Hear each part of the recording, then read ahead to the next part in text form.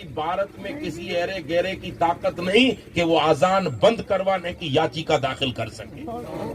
لیکن ہماری مسجدیں ویران ہیں، اذانیں ہو رہی ہیں، نماز کے لیے کوئی جانے والا نہیں. اسی لیے اللہ نے فرمایا موسیٰ وہ بندہ مجھے بہت پسند ہے جو جمعہ کے لیے وہی فرمائی حضرت موسیٰ کی طرف، حضرت موسیٰ علیہ السلام کی طرف. یہ اس زمانے کی کتب کی باتیں رسول اللہ نے امت کو عطا فرمائی.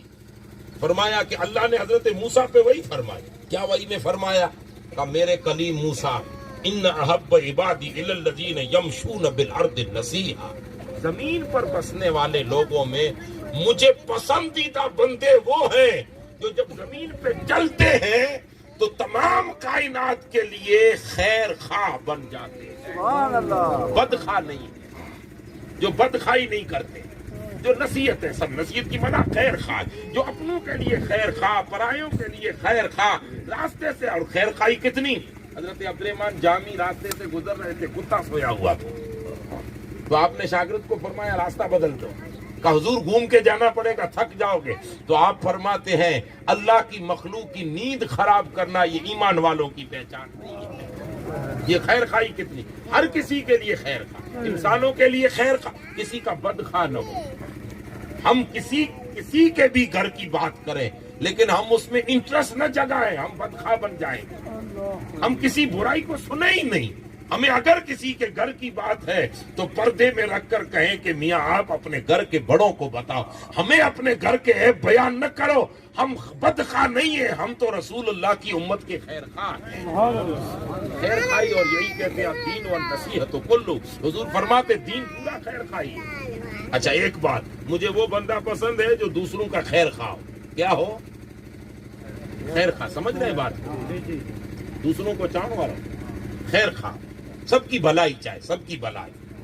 تو کہتے ہیں خیر خواہی والا بندہ مجھے پسند ہے. اللہ کہتا ہے. دوسرا والذین یمشون علی اقدام الجمعات، دوسرے وہ بندے کہ جب اذان جمعہ لگے، موسیٰ علیہ السلام کو وہی ہو رہی ہے کہ میرے کلیم. جب دوسرا وہ بندہ کہ جب اذان جمعہ لگے تو سواری ملے نہ ملے، اذان سن کر وہ مسجدوں کی طرف دوڑتا ہوا جائے، شوق سے جائے، وہ بندہ مجھے بہت پسند ہے. کتنی بڑی بات ہے.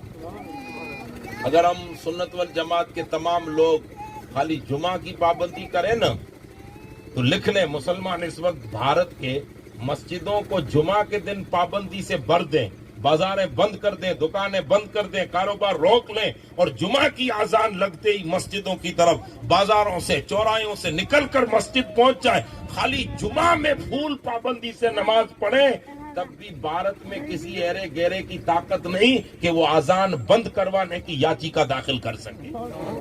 لیکن ہماری مسجدیں ویران ہیں، اذانیں ہو رہی ہیں، نماز کے لیے کوئی جانے والا نہیں. اسی لیے اللہ نے فرمایا موسیٰ وہ بندہ مجھے بہت پسند ہے جو جمعہ کے لیے دوڑ کے جائے جیسے بھی سہولت ملے.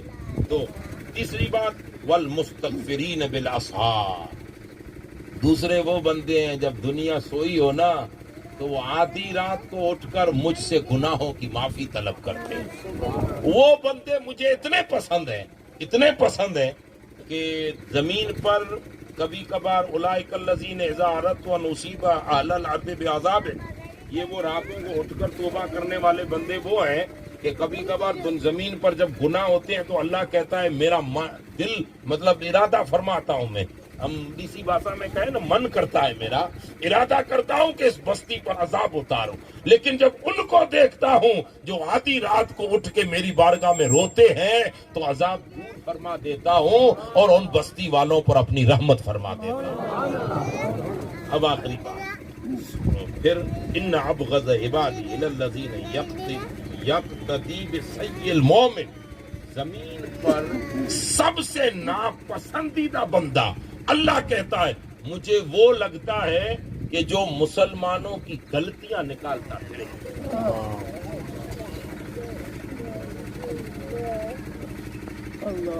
تم لوگ شرک کرتے ہو، نہ تم یا رسول اللہ کہتے ہو، نہ تم غوث پاک کہتے ہو، نہ تم مشکل کشا کہتے ہو، نہ تم یہ کہتے ہو، تم سنی وہ کرتے ہو، نہ تم سنی وہ کرتے ہو، نہ تم سنی یہ کرتے ہو. ارے بھائی ہماری غلطیاں نکالنا چھوڑ، اللہ کو پسند نہیں ہے یہ. ایک دوسرے کی غلطیاں مت نکالیں. تو پھر فرمایا ولا جو غلطیاں نکالے، برائیاں ڈھونڈے، مسلمانوں میں برائیاں ڈھونڈے، یہ برائی ہے، اس میں یہ برائی ہے، اور چورائیوں پہ بیان کر فلاں ایسا ہے، فلاں ایسا ہے، فلاں ایسا ہے. یہ جو مارکیٹنگ کرتا پھرے نا مسلمانوں کی برائیوں کی، رب کہتا ہے میں اس بندے سے نفرت کرتا ہوں، وہ بندہ مجھے پسند ہی نہیں ہے.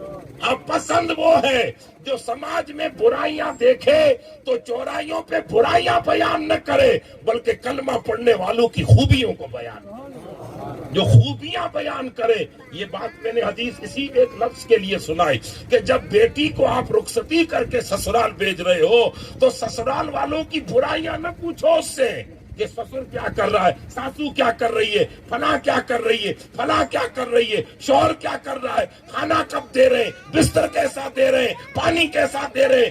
یہ کھوٹے مت پوچھو بلکہ خوبیاں پوچھو. تم اگر خوبیاں بیان کرنے والے اور پوچھنے والے بنو گے تو اللہ تعالیٰ تم سے، تمہاری نسلوں سے محبت فرمائے.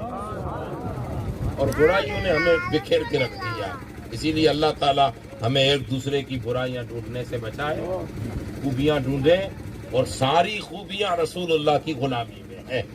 اللہ تعالیٰ ہمیں وسعت عطا فرمائے، ہمیں سمجھنے کا سلیقہ عطا فرمائے، اپنی اولاد کو صحیح تربیت کرنے کی توفیق عطا فرمائے.